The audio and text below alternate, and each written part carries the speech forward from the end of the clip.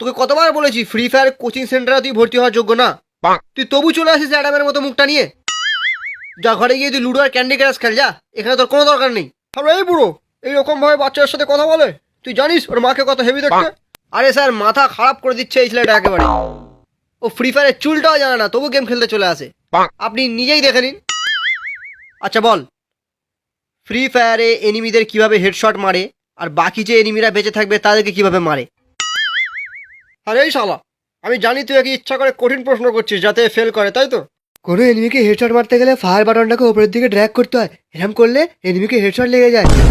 আর বাকি এনিমিদের কাছ থেকে বাঁচতে গেলে আমাদের কভার নিয়ে নিতে হবে, গ্লু ওয়াল বা কোনো দেওয়ালের পিছনে গিয়ে বসে পড়তে হবে। বাহ বেটে, মজ কর দি বেটে।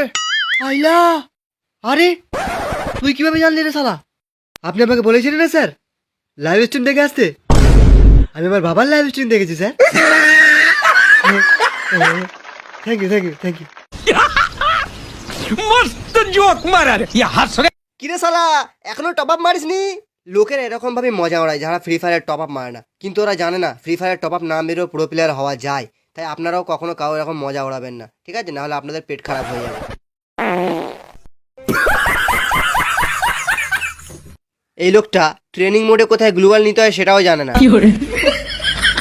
আর অ্যাডামের হাতেও মরে যায়। তাই বলে এনাকে কেউ নোবড়া বলবে না, বলে দিচ্ছি, ঠিক আছে? নোবড়া নোবড়া নোবড়া নোবড়া নোবড়া নোবড়া নোবড়া। তোরা সব সময় আমাকে নোবড়া নোবড়া বলিস, হ্যাঁ? এগুলো কি ঠিক বল? এই শালা, ওই ডেজার্ট ইগল পেয়ে গেছি, এবার তুই সব কটাকে হেডশট মেরে শেষ করবো। আমি সোলো আর তোরা স্কোয়াড।